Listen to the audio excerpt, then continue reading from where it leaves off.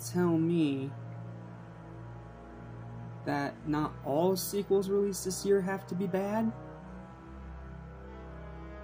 Now you tell me. After seeing through 3 trash piles, now you tell me. I should have watched this first, honestly. What's up, guys? Welcome back to Animation Station. Welcome back to another 2024 movie review. This one's going to be controversial, but my last one was too. Let's talk about Winnie the Pooh, Blood and Honey 2 by Jagged Edge Productions. For those of you that don't remember, even though I literally just posted a video about it, I actually quite liked and enjoyed the original Blood and Honey. Was it a great movie? If you look at it critically, absolutely not. But you're not supposed to. You're supposed to look at it as an old school B-movie slasher. That's the way I see it. It's like a throwback to old school B-movie slashers of the 80s. You know, those super, super cheesy ones that we unabashedly love even though we know they're bad. You know, stuff like Blood Rage, for example. So, I went into it with that mindset when I watched it last year. And I had a great time because I went into it with that mindset. I knew I was watching a B-movie, and what I got was a B-movie. And this, I had higher expectations because they had a higher budget. They got The Writer of Summer of '84, a fantastic horror film. If you haven't seen it, check that movie out. And they were going to amplify the gore and kills to extraneous levels. Now, if you don't know me by now, I am a huge Gorehound, so naturally that makes me very excited and happy. Then I saw the trailer, then I saw the clips, and then I saw the announcement of the Pooh-niverse. I can't believe it's called that, that's just too funny. And now, after all this waiting, I finally got to see the sequel, and I'm not gonna mince words, I fucking loved it. Like, it's literally the textbook definition of a B-movie slasher, but a great B-movie slasher. It's a movie that knows what it is and has fun. And that's what it is. It's a movie that knows what it is, knows what the audience has come for, and just has fun. And because it has fun, I in turn also have fun. This is just a fun movie, man. Like, I don't care if I'm one of the only people that's going to give it the score that I give it, just like the first one. But I had a fantastic time with this movie, and I'm excited to talk about it. Once again, don't worry, no spoilers.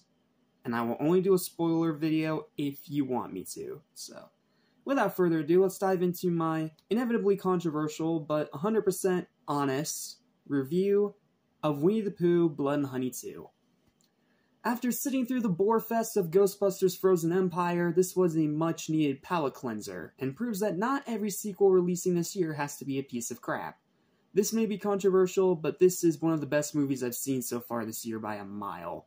Pros: outstanding effects.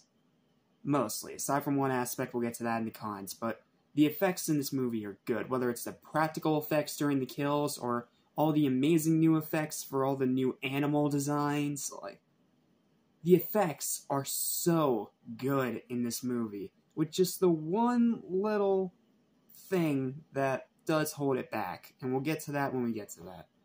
Spectacular costume design with jaw-dropping prosthetics. Like, the prosthetic work here is so freaking good. It's no longer just 2 dudes in masks. Now it is full prosthetics, it is full costume design. And man, does it look great on screen despite the budget. Like, yes, this movie has a higher budget than the first, but $5 million is still a pretty low budget for a horror film, so they worked with what they had. A legitimately great performance by producer Scott Chambers as Christopher Robin.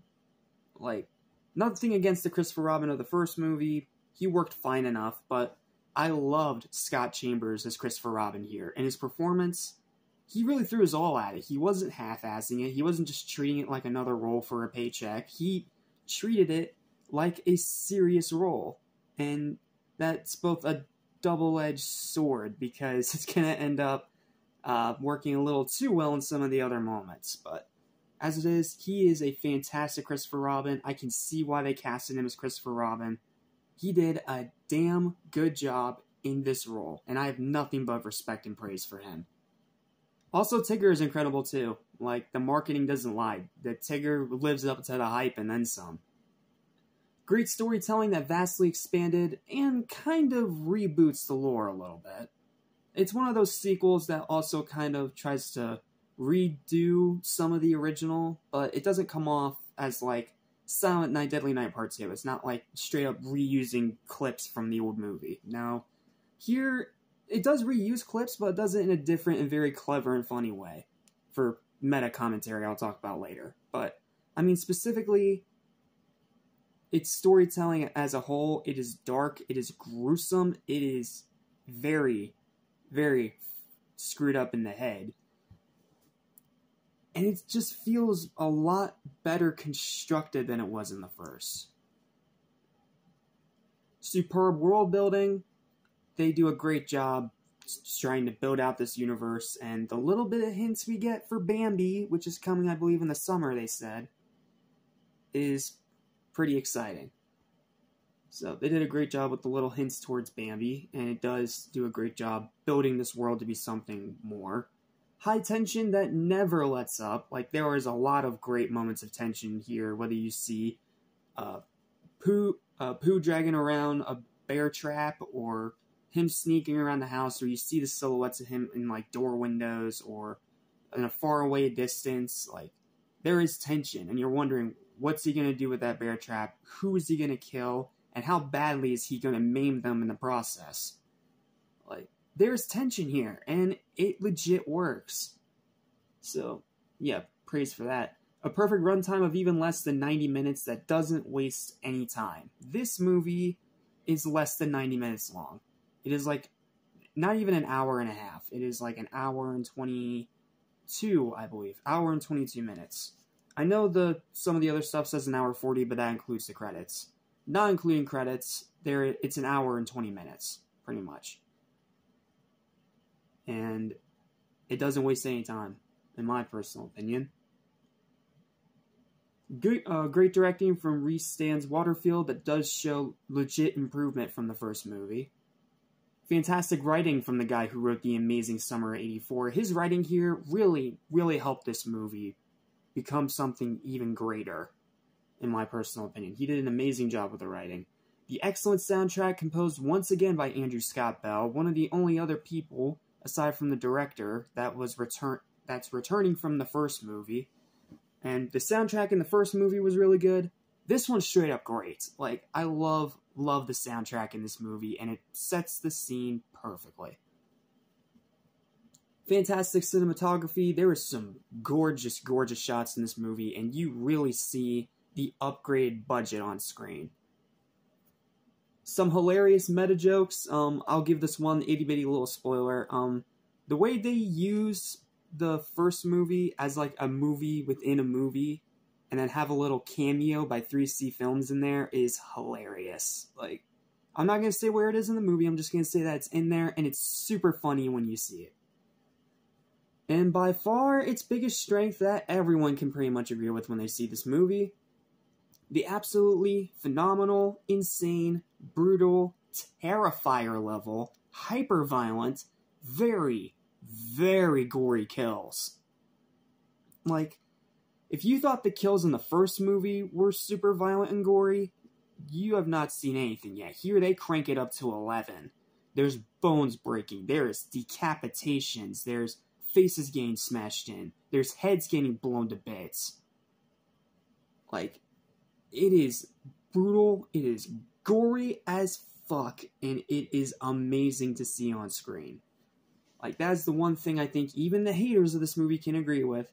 The kills and the gore are fucking insane and awesome as hell. So, this will definitely satisfy any Gorehound. Now moving on to the mixed aspects, there's only one for me, and that is the pacing. I didn't say the runtime wastes time. No, the runtime is perfect at the way it is. The pacing is just a little bit inconsistent and can sometimes cause a little bit of whiplash. Like, in the second act, it is a little bit slow, and then the third act, it just suddenly shoots up super fast. Like, it's sudden, it feels a bit abrupt, but it doesn't harm the movie overall. It's just something I noticed as I was watching. So, pacing's a little inconsistent.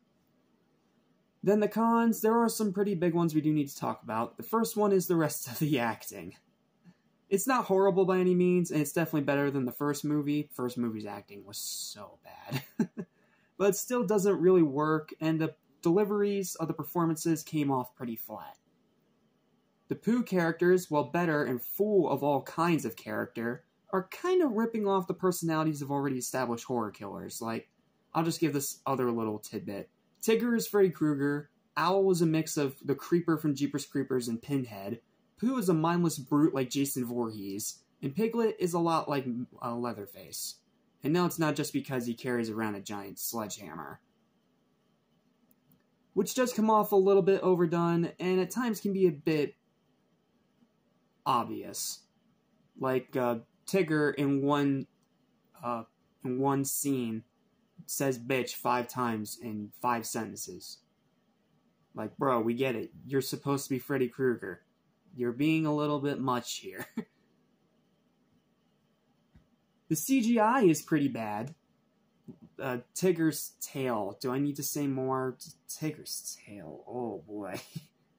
But it's like laughably bad CGI. Like, you can forgive it because it does have... It's still a movie on a budget. It's a higher budget, but it's still a budget. But it is jarring seeing that CG tail, that obvious CG tail, moving behind him, and it looks so freaking funny. Like, it's not meant to be funny, but it comes off as funny. And then finally, the ending is very abrupt. The ending of this movie is not very good, but then again, the ending in Terrifier 2 wasn't very good either, so... I feel like that also kind of comes with the territory. So I don't mind it that much. I mean, the ending is abrupt. It does feel like, oh, that's it? Okay. But it doesn't, like, destroy the experience or anything like that. It just leaves you a bit scratching your head, a little bit confused. Overall, though, as someone who both liked the first despite its faults and enjoys B-movie slashers, I had a great time with Blood and Honey 2. It's not perfect, and there's definitely things that can still be improved. But this was a very fun watch. Maybe it's because I'm a horror nut, maybe it's because I'm a Gorehound, maybe it's because I'm one of the people that actually enjoyed the original, but I straight up fucking loved Blood and Honey 2, and I cannot recommend it highly enough. If you're a horror fan, if you're one of the rare people like me that actually liked the original movie and knew what it was actually going for, and if you're just someone who loves to watch body parts and all kinds of mutilation on screen, it'll give you all that, and then some. This is some of the most fun I've had in a movie so far this year, and it's going to be a hard one to top, especially for horror movies this year, because, without spoiling anything, horror movies this year so far have been kind of ass, so we'll have to wait and see what happens. But as for this one, I'm going to give it a final verdict of a strong, very well-deserved, very controversial, brutally honest, 9 out of 10. 9 out of fucking 10. It earns it. Seriously, a great sequel I can easily recommend to horror fans, and especially Gorehounds. That gets me very excited for what's to come next in this twisted childhood universe. Bring on Bambi. Bring on Pinocchio. Bring on Blood and Honey 3. Bring on the Poohniverse. I am fucking here and ready for it. I don't care if that's controversial, it's my opinion, and in my opinion, this movie kicks ass. So, yeah. I don't got anything else to say. So thank you guys so much for watching. Please don't forget to like, share, and subscribe if you want more videos like this almost every single day. And, that's gonna do it for March this year. It was a pretty rough month, to say the least. Like, looking back here, looking back on my schedule here, Mickey's Mousetrap was supposed to come out this month, but that did not happen, so that movie's apparently struggling to get a distributor. So, let me see. Movie-wise this year, let's see, we had Dune Part 2, and it started off great with Dune Part 2, that's a great sequel. And then we had the terrible Megamind 2, the insulting Kung Fu Panda Boar, what else? The Great Roadhouse. I loved the Roadhouse remake. This, and the piece of frozen dog poo that is Frozen Empire. So, It was not a very good month. I mean, it wasn't terrible. I loved the Roadhouse remake, I loved this, and I loved Dune Part 2, but the rest of it was pretty damn bad. Like, there was some stuff in here that I didn't even review. So, yeah. April should be better. It should definitely be better. Yes, I know that Godzilla X Kong is out right now, but I already have a whole plan for that for next month, so I'm still sticking with my plan. Not to mention, we have Chucky Season 3 right around the corner. We have the continued episodes of X-Men 97. What else? The first Omen remake, Monkey Man, Civil War, the untitled Universal Monsters movie, Abigail, Ministry of Ungentlemanly Warfare, Boy Kills World, and the most hype of them all at the very end of the month on April 26th, Knuckles finally premieres. Yes, yes, yes. So, April should definitely help pick up steam in this so far pretty mediocre year for film, so. Yep, thank you guys so much for watching, and I'll see you next time when we dive into the next marathon. And, Kaiju fans, you're gonna be excited about this one.